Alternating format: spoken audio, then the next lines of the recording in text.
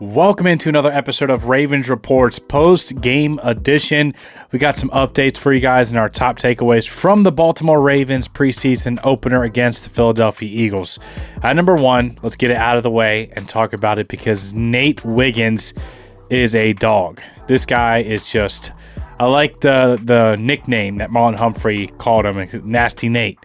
The dude has so much natural fluidity where he just glides across the field. And he's got these really long arms. You saw it with the first pass breakup against wide receiver Johnny Wilson, who's a 6'7", 230-pound wide receiver. And Nate Wiggins had no problems with it. 4 passes defense to 1 hit off his back. He had a few pass breakups. He just allowed no separation whatsoever. He's so fast and not just fast for long speed, but quick. Like he's got these fluid hips. And now I know why the Ravens weren't joking when they said that Nate Wiggins was the best corner on their board. And somehow he fell into the Ravens' lap at pick number 30, and the Ravens secondary is looking very, very good. The unfortunate part is the shoulder injury with Nate Wiggins. It's reported to not be initially thought to be serious.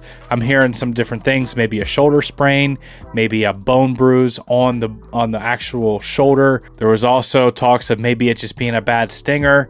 The good news is that whenever you watch the playback, he made contact that right shoulder on the running back's knee. So I think it was just really hard contact there.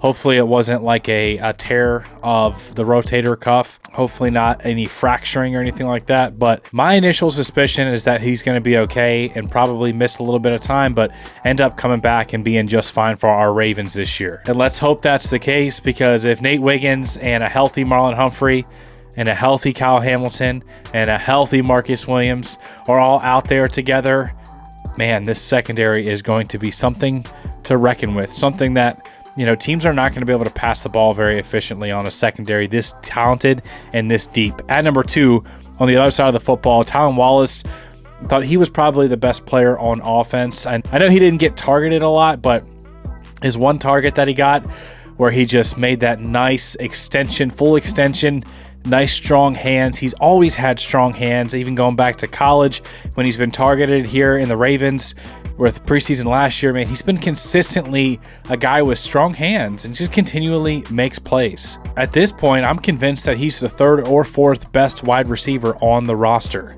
And Tylan Wallace has also been having a very strong training camp connecting with Lamar Jackson.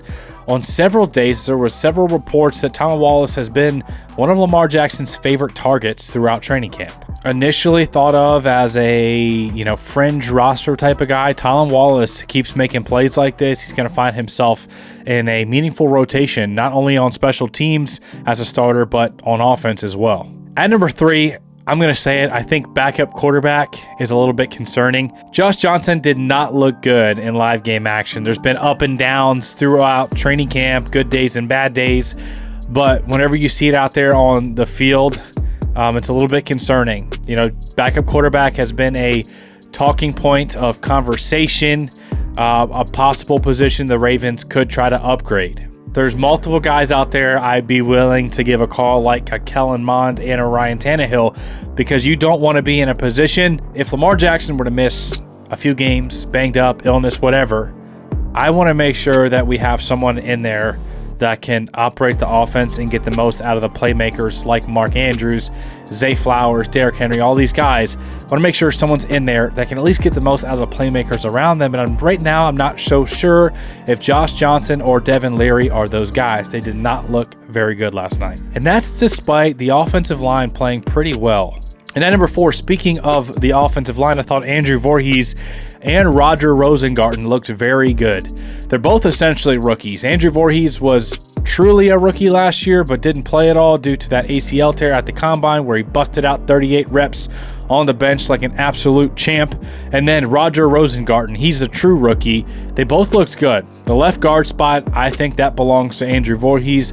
The right tackle spot is in the air right now between Roger Rosengarten and Patrick McCarry, but Rosengarten definitely did himself some favors last night because he looked very comfortable. He didn't look like he was overwhelmed at any point. He looked confident, and he anchored well whenever there was bull rushes and guys tried to power him. That was one of his biggest concerns. He looks really good in my opinion. And with Andrew Voorhees, man, he looks strong. Did not see him get beat on any pass rush reps. I'm going to look at the all-22 film here soon though. But from the initial watch last night, Andrew Voorhees looked really good. And there was one play on the third drive where he was obviously at left guard, came around on a pull block and blew someone up. Looked really good and comfortable doing that assignment out in space despite being a really big and strong guy. At number 5, I want to talk about Daniel Philadephia and Ben Cleveland. Daniel Philadephia did not look good. He did not look comfortable at the guard position.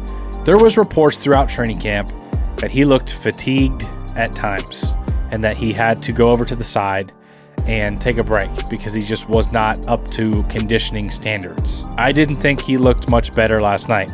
He looked tired and a little bit slow out of his stance. Now, I'm not trying to bash on him. I like Daniel Philadephia. I want him to be successful. As far as roster building, starting spots and everything, I don't think Daniel Philadephia is that guy. Ben Cleveland, however, at center looked really good and showed that in a pinch, he could be the backup center. I think with last night's performance alone, he earned himself a roster spot. But I do think that he should start at right guard. I want to see left tackle Ronnie Stanley, left guard Voorhees, center Linderbaum, Ben Cleveland at right guard, and right tackle Roger Rosengard. I thought Ben Cleveland looked really good in pass pro and as a run blocker. Ben Cleveland is a big, strong guy. You put that next to Linderbaum and Rosengard, man, you're going to have a lot of beef up there on that offensive line that can push people around with Derrick Henry and Patrick Ricard in the backfield. And suddenly this offensive line can shape up to be a nice unit, especially if they build chemistry and stay healthy down the stretch. But I like Ben Cleveland at right guard over Daniel Philadephia. Let me know what you think about it in the comment section below. And at number 6, we got to keep going because there's so much more to talk about. Owen Wright, the running back, he deserves a roster spot. I thought he outperformed the rookie 6th-round pick, running back Rasheen Ali. He not only caught the ball well, but he kept his pads square, found the hole, hit the hole, and he runs downhill. He runs hard. I like him as an RB3 right now over Rasheen Ali. I think Owen Wright deserves a roster spot because not only did he show it in last night's action, but he's also looked good all throughout camp. I think Rasheen Ali might be a practice squad type of guy as he develops, maybe gets a little bit more strength. He's got to learn to run a little bit lower. He kind of runs really high and upright and didn't see much leg drive whenever there was contact. But he is very quick. I thought he had one kick return that he really burst through the middle, showed some nice speed and acceleration. But again, like, you're not always just going to have a ton of open space to break through like that. Sometimes you got to break through contact and you got to, drive your legs. And I liked what I saw from Owen Wright in that department.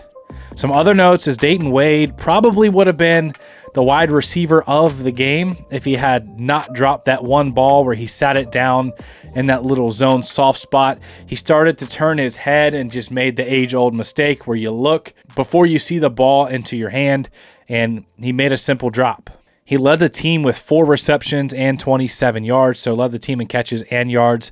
Would have been even more if he caught that ball after doing a nice job to get open. But he definitely has some burst. He ran a 4.4. He made a lot of plays in college, and he's a guy I'm going to continue to look at because he's made plays in camp as well. As soon as we get an update on Nate Wiggins, we will have a video for you guys breaking it down. So make sure you got your subscribe and notification bell on so you don't miss any Ravens news, content, previews, game recaps, anything we got planned for you guys this season, man. We're going to have a ton of content for y'all. So I thank y'all for tuning in today. I love you guys. I appreciate y'all, and we'll see you in the next video.